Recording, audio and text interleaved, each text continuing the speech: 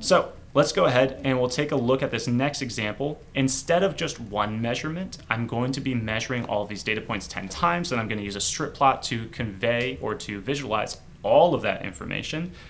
Running this code 10 times does take a little bit of time to run, so we'll wait for our chart to pop up here. And while we do that, the point of running it 10 times, right, is to just get a little bit of reliability in our measurement. The reliability is a very important aspect for us because I want to know that these timings aren't going to change if I run them or if you run them. So this chart should be popping up here, but what we want to capture or take away is in our diligence, in order to be as accurate as possible, we can start to think that, well, maybe we're not being as accurate as we could be. Maybe, and I'll go back to this previous example just for a moment here because there's a very interesting point that I want to share with you. Auto run is just having a little bit of trouble. There is one very important factor that I failed to actually account for here. In this cardinality of 1,000, I hope you all saw this. I didn't draw your attention to it, but in this measurement where we had a very large cardinality and a very large group size, pandas is outperforming polars. I hope you're sitting there scratching your heads being like, but all the micro benchmarks say that polars is faster than pandas in every way. I am shuffling these groups. Note that when I do not shuffle these groups, we actually see a complete flip in our performance. We can see that polars now vastly, right, in terms of height of the bar, outperforms pandas on this group by operation by 0.1 seconds. If 0.1 seconds of compute on a data frame like object is going to make or break your program, well, you just have a very intensive program. But what I want to share here is that even I monitored cardinality, I monitored group size, didn't monitor the sortedness of the groups. And so there are always going to be factors that you're not accounting for that will affect these micro benchmarks. And that's why we always need to take these micro benchmarks with a grain of salt. And so our micro benchmarks, right, should be exhaustive. They should be exhaustive in their context. I should have thought, right, of that sortedness thing first. We should run it multiple times to verify reliability. We should ensure high code similarity, right? If one piece of code is doing a little bit of extra importing or setup than another piece of code, well, of course, it's going to take longer. The last thing that we want to do, take every benchmark that you see with a grain of salt. But what else can be misleading, right? When we see micro benchmarks, they're usually transformed or visually transpired or communicated to us. And so how else might we mislead someone with a visualization here? Well, I see a lot of these. We'll go ahead and we're going to set up, this is the original chart. This is the chart you just saw. If I want to mislead you a little bit to exaggerate some of the differences between very small timings, well, I would set my Y scale to be a log scale. You can see here that a lot of the smaller timings, the height of the bars is very exaggerated. And whenever you see a log Y scale, I want you to think very hard about how to correctly interpret it because it does exacerbate the height difference between the bars, and it can actually very well throw off your interpretation of the data. I'm willing to bet that the majority of the population isn't used to looking at log scales, and it's something that even when I look at a visualization with a log scale on the Y, I'm like, wait a minute, what do these data actually look like? And so log scales can be misleading in themselves. The other thing that I see that's misleading is the lack of reporting of an effect size. And in statistics, we use the term effect size to say, well, what is the actual raw difference, or what is the actual underlying values here? Well, if I transform all of these values to be in reference to polars, you can see that polars is 1 across all of these, and then we interpret the pandas values to be, if it's less than 1, that means it was that many times faster, and if it's greater than 1, right, that means it was that many times slower. And so we can see here, right, for this example, that pandas was over 5 times slower than polars. Now, if you hear that 5 times slower, you're going to think, wow, polars must be just way faster than pandas in this case. But let's go ahead and turn that back off, and now let's look at the actual raw underlying values that supported that specific bar. When we do that, we didn't get the exact same measurements here, but polars was clocking in at 0.001 seconds, that means pandas might have been for that one time at 0.005 seconds. That's not a very large raw or effect size there. And so that's another thing that you just want to watch out for. But aside from benchmarks, why is performance so interesting? Well, I'd say that performance is interesting because everybody wants their code to be fast. All of the new modern kind of shell tools, all the new modern Python tools, you can think linters, right? Everybody is using Rough now because it's so much faster than all the other alternatives. Everybody's using Starlet for their web services now because it's faster, right, than its competitors of Flask or Django. And so if you're designing, right, a high-level library, think something like Seaborn. Do you need to be writing performance tests for matplotlib, right, the thing that you're building on top of?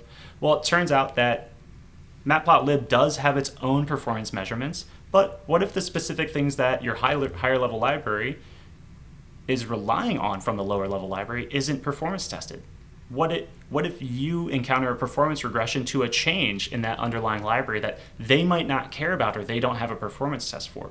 So you can think that as a library author, I should be writing performance tests against, right, these lower level things or these things that I am using in the way that I care about them, right? If I don't care about specific operations in matplotlib, well, I'm not going to need to write a performance test. But if it's a critical aspect of my package, then I should probably be performance testing it just to make sure we don't introduce regressions in the future.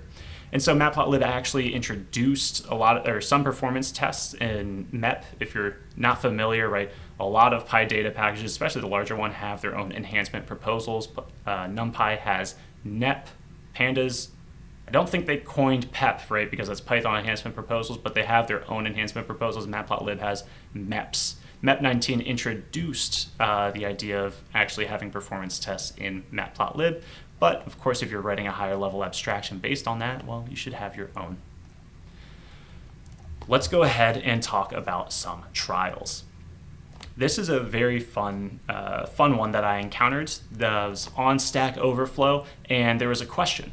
Why is NumPy correlation coefficient so much slower than the pandas data frame, so much faster than the pandas dataframe.core method? They're both evaluating Pearson R correlation coefficients, so I don't understand why they're insanely different in terms of their speed. So let's go ahead. We'll check out the data that we have here. All I wanted to do is, after seeing this question, I wanted to verify for myself. Can I replicate this on my computer? Is it actually slower? And so we have a little bit of dummy data here. Of course, this is going to be kind of matrix style. We're not using the data frame for data frame things because we don't have mixed columns here. But regardless of if we're using Pandas for what it's good at, Pandas is built on top of NumPy, not, ignoring the PyArrow backend. Do I still see these differences? Well, so is this concerning?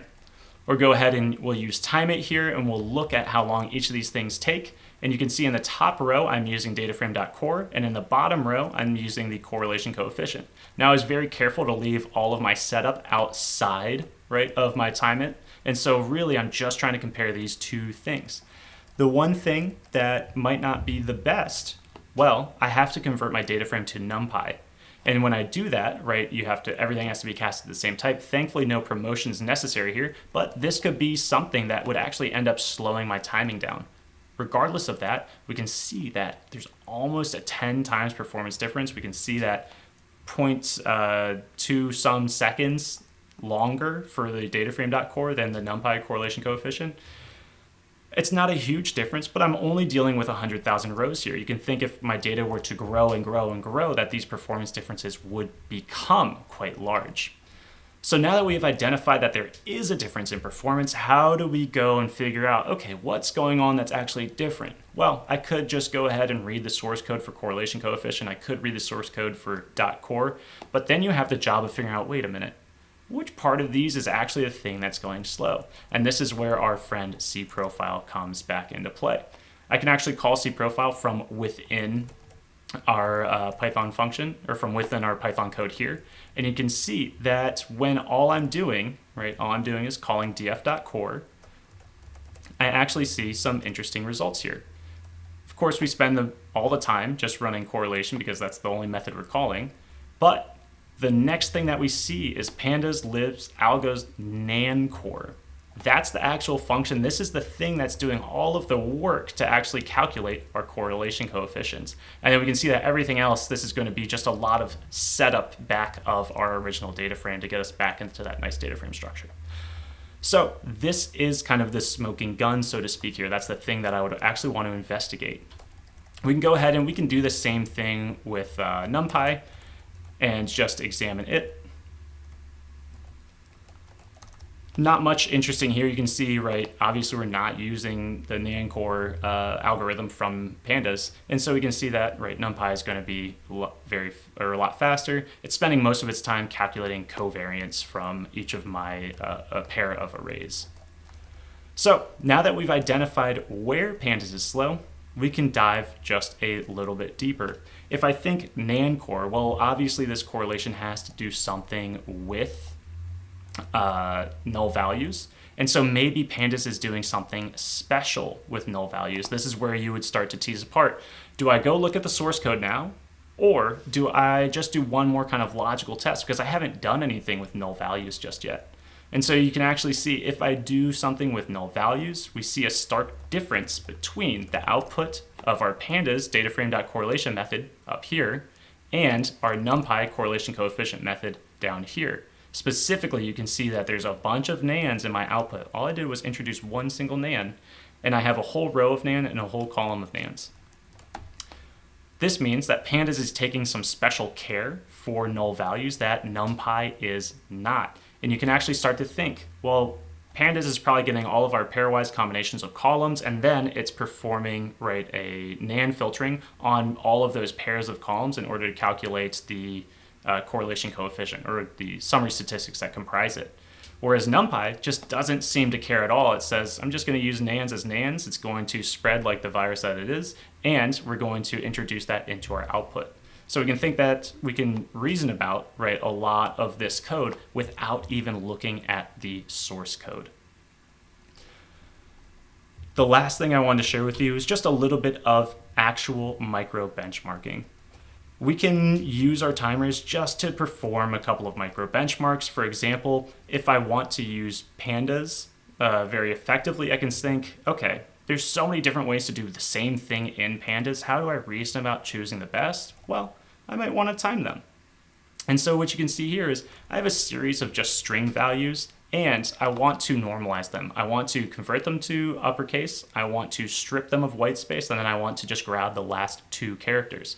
You can see I can do this using the .string accessor. I can do this using .apply, or I can, multiple .applies, or I can use this using a single .apply. And what you actually come to find or uncover is that using a single .apply is going to be just a little bit faster than using multiple string operations or multiple applies, because we can hit everything in one loop.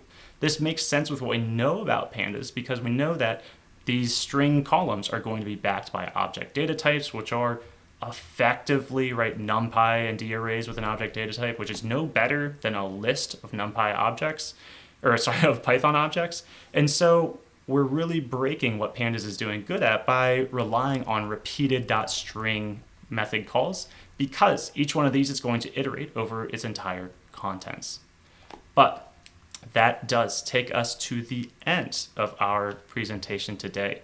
We talked a lot about profiling code. We talked a lot about the different tools we can use to profile code, how we might approach profiling code, and very importantly, looking at how to look at a micro benchmark and really, really take those things with a grain of salt, because a lot of times they can be misleading. Last, we looked at a couple of applied examples to really test to see if we can take these tools and make something meaningful out of them, make meaningful decisions based on them. And that is what profiling and optimization is all about. It's not about writing the code as fast as you can, but it's finding the slow parts of your code and either reasoning about why they're slow, because it might not matter to speed them up, or reasoning about how can I make this more efficient and more effective.